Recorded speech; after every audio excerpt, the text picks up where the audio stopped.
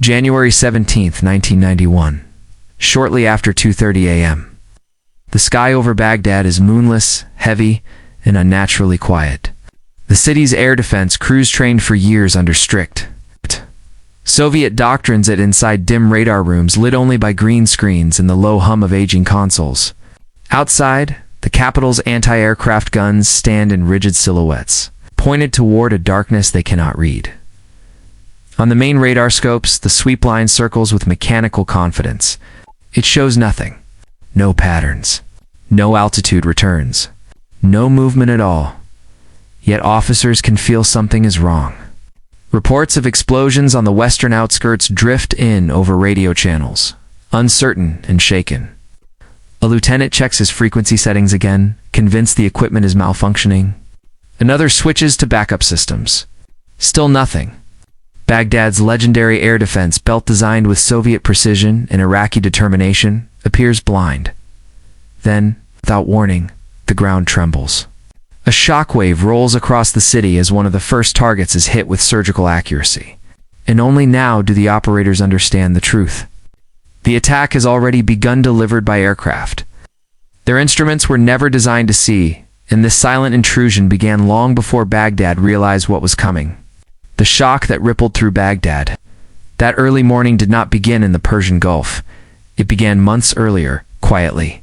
Steadily shaped by political miscalculations, escalating tensions, and a military balance that was shifting faster than many in the region understood. By mid-1990, Iraq considered itself a hardened regional power.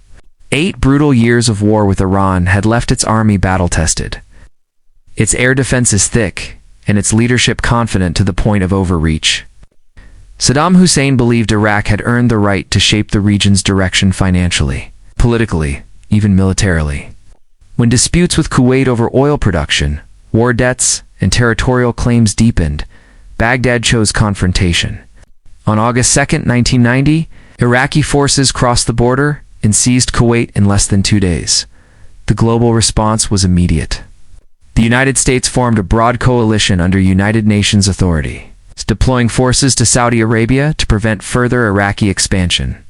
Operation Desert Shield began, and with it, a rapid military buildup that would soon become one of the largest air power concentrations in history. Inside Iraq's command structure, the expectation was clear. If war came, the coalition would strike from the air first. But Baghdad believed it was ready. Over the previous decade, Iraqi Integrated Air Defense System, abbreviated IADS, had been shaped under extensive Soviet influence. Soviet military advisors had trained Iraqi officers in radar theory, command structures, and engagement procedures.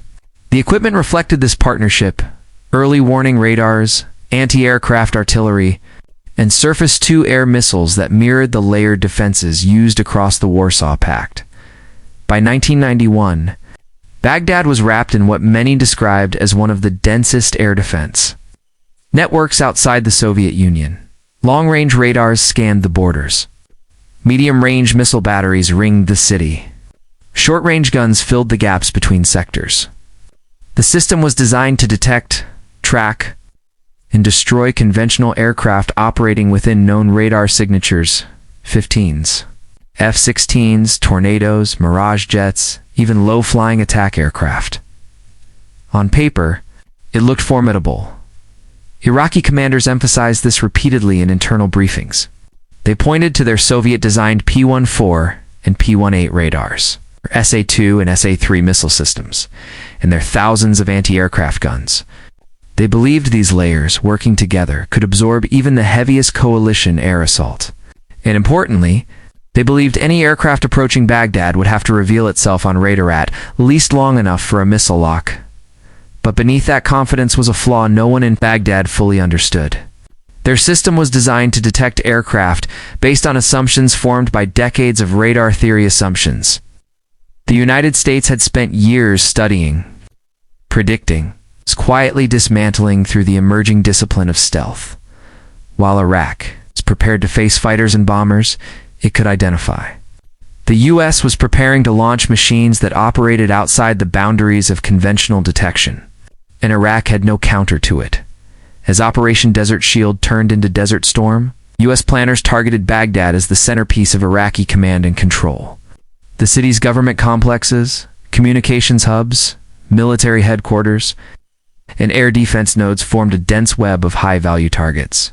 Disabling them in the first hours was essential, but hitting them meant flying deep into the most defended airspace in the region.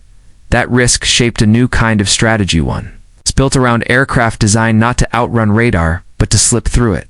The F-117A Nighthawk, a jet that had remained secret for most of its service life, now stood at the center of the coalition's opening plan. Its mission was simple but unprecedented. Enter Baghdad alone or in pairs. Strike critical nodes with precision-guided bombs. And exit before the enemy realized what had happened. Iraqi and Soviet-trained officers had no reason to believe such an aircraft existed. They had been taught that radar detection was a mathematical certainty. Every aircraft reflected energy. Every reflection produced a trace. Every trace could be tracked and engaged. It was a system rooted in physics and proven by decades of Cold War air defense planning. And Baghdad's network had been built exactly along those lines, but stealth did not. Challenge those principles that quietly bypassed them. As tens of thousands of coalition troops gathered in the desert, and war became inevitable. Baghdad's confidence grew. The regime broadcast messages claiming the capital was an impregnable fortress, shielded by faith, firepower, and engineering. Across the city, missile crews drilled for the coming air assault. Radar operators rehearsed identification procedures, and guns were positioned on rooftops, bridges, and defensive belts. They waited for the familiar signs of incoming aircraft, the faint line of radar returns forming at the edge of the scope. The height readouts stabilizing, the direction vectors aligning into patterns predictable enough for missile batteries to prepare. They expected a storm they could see. What they would face instead was an intrusion without warning. One, their instruments, their doctrine, and their entire defensive system had not been built to understand. And that misunderstanding would become clear only when the Americans brought forward the technology Iraq believed could not exist. The technology Iraq believed impossible had taken shape years earlier in the shadows of the Cold War. It emerged not from battlefield experience, but from a shift in American strategic thinking, one driven by a simple, unsettling question. What if the next war required aircraft to enter the teeth of Soviet air defenses and survive? By the mid-1970s, the United States recognized that traditional measures, speed, altitude, electronic jamming were no longer enough to guarantee a bomber's survival against the rapidly advancing Soviet radar network. Surface-to-air missiles were becoming faster, smarter, and more precise. Integrated air defense systems were linking radar sites, command centers, and interceptor aircraft into unified command webs.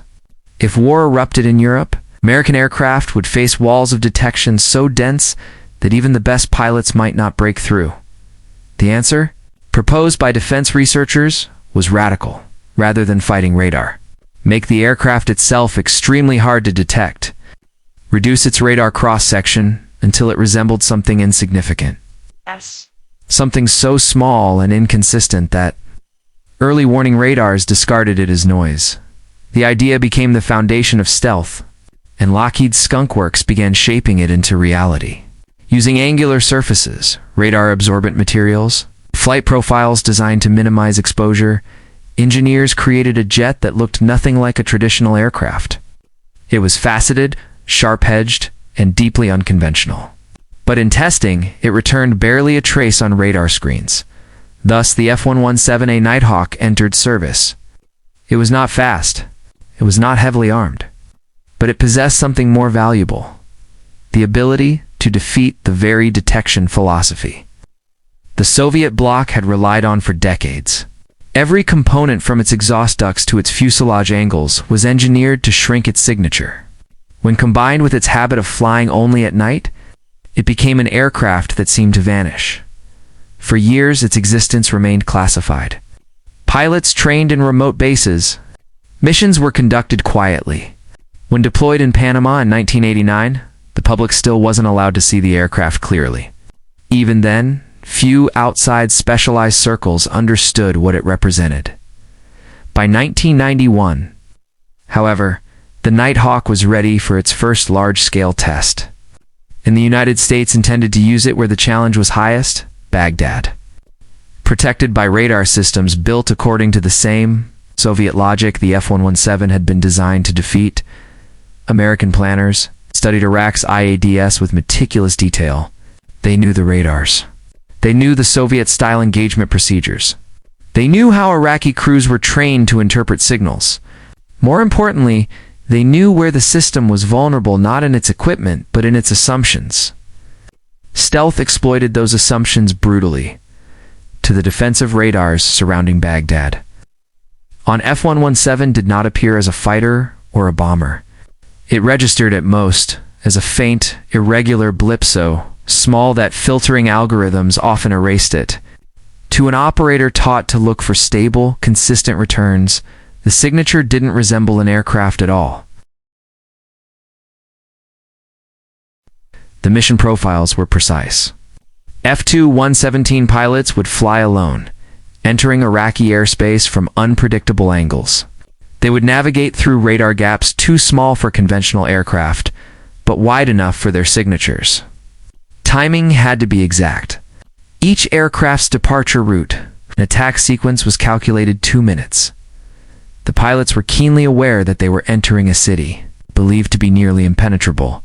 But they also knew that their aircraft had been created for this, built not to outrun detection, but to erase it. Meanwhile, Iraqi operators, confident in their Soviet-trained procedures, had no idea that machinery moving silently toward Baghdad had already sidestepped their surveillance net. They believed their radars would warn them. They believed their systems were ready. What they did not expect was that the first indication of attack would be the explosions, themselves arriving without any detectable approach, without any visible threat, and without any chance to respond. In this hidden confrontation between doctrine and innovation would unfold from several different angles. The confrontation between the F-117 and Baghdad's air defenses was not simply a clash of equipment. It was a collision between two different interpretations of physics, two different philosophies of detection, and two different assumptions about how air power would evolve. For decades, Soviet radar doctrine focused on power and coverage. Larger antennas, stronger transmitters, deeper layering. Each improvement was meant to illuminate the sky with more precision. If a radar could see farther, if it could track better, if its operators could interpret patterns faster, then enemy aircraft, no matter how advanced, would eventually be revealed. Stealth turned that logic on its head. Instead of trying to overpower detection, it reduced the signature until there was almost nothing to detect. It didn't compete with the radar. It slipped beneath its threshold. The F-117's faceted surfaces deflected radar energy away from the transmitter. Its surfaces absorbed what they could. Its intakes and exhausts were buried deep to hide heat. Its internal bomb bay removed the need for external stores that would reflect radar. Even its flight profiles were optimized to minimize exposure always at night, always avoiding sharp maneuvers that might generate detectable spikes. To an Iraqi early warning radar, this aircraft wasn't just small, it behaved inconsistently. It appeared briefly, vanished again, drifted off angle. And every radar operator had been trained to distrust inconsistent returns. Filtering algorithms removed clutter automatically. If a signature didn't behave like a plane, the system treated it like noise. Thus, the F-117 was not invisible. It was misunderstood. It exploited the predictive habits of the very defenses built to destroy it. And on the night Baghdad came under attack, that misunderstanding became devastatingly clear. This technological mismatch set the stage for the human dimension that followed. The pressure inside the radar for Iraqi radar operators. The opening hours of Desert Storm were not simply a military engagement. They were a psychological shock of unprecedented scale. Many were young conscripts trained in rigid Soviet-style procedures, taught to trust their instruments, follow checklists, and call out patterns with mechanical precision. But nothing in their training prepared them for the sensation of watching their screens show nothing while the world outside shook from impacts. Inside the radar rooms, fluorescent lights flickered over metal racks of equipment that hummed with aging fatigue. Cigarette smoke hung in the air as operators leaned forward over scopes, adjusting frequencies, recalibrating filters, turning dials with increasing urgency. As explosions drew closer, discipline began to crack. Some believed their systems were malfunctioning. Others argued that American jammers were overwhelming the frequencies. A few insisted that the coalition must be using new weapons. But none could explain the complete absence of stable radar returns. Reports from nearby batteries only deepened the confusion. Anti-aircraft gunners fired into the darkness, convinced targets were overhead. Missile crews attempted to acquire locks, but saw nothing on their screens.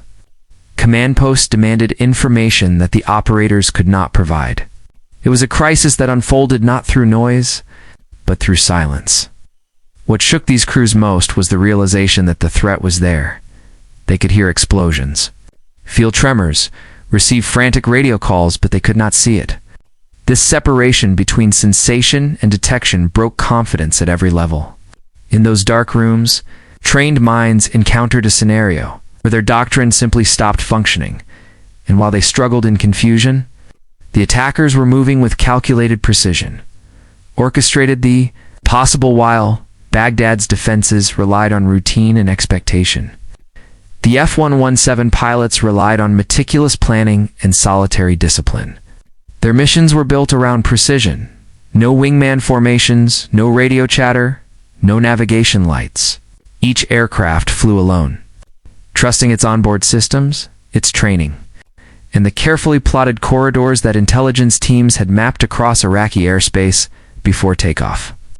Pilots reviewed every second of their route altitude, windows designed to avoid radar cones, timing cues synchronized with other coalition operations, and target coordinates refined down to roof-level accuracy. They knew which missile batteries were active, which radars were likely to be scanning, and which areas had blind spots just wide enough for a stealth aircraft to pass through without detection. Once airborne, the cockpit was quiet. The F-117 did not rely on speed. It relied on remaining unnoticed. Pilots maintained precise headings, avoiding unnecessary turns. Even small adjustments could change the aircraft's radar profile and risk detection spikes. Their confidence came from routine. They trusted the jet's angles, its coding, its design, and the thousands of hours of engineering behind it. As they approached Baghdad, the city glowed faintly on the horizon rings of defenses prepared for an attack they could not see coming. Pilots armed their laser-guided bombs, verified waypoint sequences, and prepared for the moment when their aircraft, still unseen, would release weapons with pinpoint accuracy below. Iraqi crews waited for radar signatures that would never appear.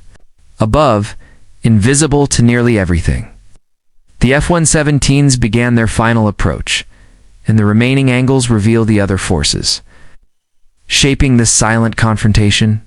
For American commanders, first night over Baghdad was more than a military operation. It was a test of decades of investment, secrecy, and political uncertainty. Stealth had consumed billions of dollars, survived internal skepticism, and existed in a world of classified budgets and restricted hangars. Only a select group within the Pentagon fully understood what the F-117 could do. The Gulf War would be the first time the world saw weather stealth. Was a revolutionary breakthrough or an expensive gamble? Inside command centers in Riyadh and aboard airborne command posts, senior officers monitored the mission with attention rarely shown in official footage. They understood that if even one F-117 was detected, tracked, and shot down, the entire concept could collapse publicly and strategically. Critics of stealth would use the loss as proof that the technology wasn't mature. Allies would question its reliability, and enemies would learn that America's most secret asset was not invulnerable. But as the first aircraft crossed into Iraqi airspace, something remarkable happened. No emergency calls, no radar warnings, no signs of enemy tracking. The formation of solitary jets moved deeper and deeper into the most defended airspace in the region without a single indication of detection. 4 commanders watching the telemetry. Each minute that passed was another confirmation that stealth wasn't just working, it was performing exactly as designed. When reports of successful strikes began flowing back, the sense of validation was profound. The gamble had paid off. The aircraft had done what no conventional jet could, and the United States understood it, had introduced a new phase of aerial warfare. This sense of success contrasted starkly with the chaos unfolding inside Baghdad's defenses. From the Iraqi perspective, the greatest frustration of the opening hours was the appearance of feint. Unstable signals, brief flashes on radar screens that looked like imperfections rather than threats. Operators dismissed them instinctively. During years of training, they had learned to recognize aircraft by patterns, steady altitude returns, consistent movement across the scope, predictable acceleration. Anything that flickered erratically was classified as clutter, interference, or environmental distortion. Yet on the night of January 17th, some of those anomalous blips were F-117s slipping through. Operators later recalled seeing small disturbances, but ignoring them because they did not match the shape, behavior, or rhythm of a real aircraft signature. One technician described them as ghosts, appearing for a moment and then dissolving before he could verify direction or range. Another believed the equipment was faulty. A third blamed coalition jammers. This was the core vulnerability the United States had anticipated: the human tendency to rely on recognition patterns. Stealth exploited not just machinery, but expectation. It produced signatures that fell outside the mental map operators used to identify threats. And in a system based on Soviet doctrine where rigid interpretation patterns were emphasized, the unexpected was often overlooked. As bombs began striking around dealization, spread that those ghosts might have been something more: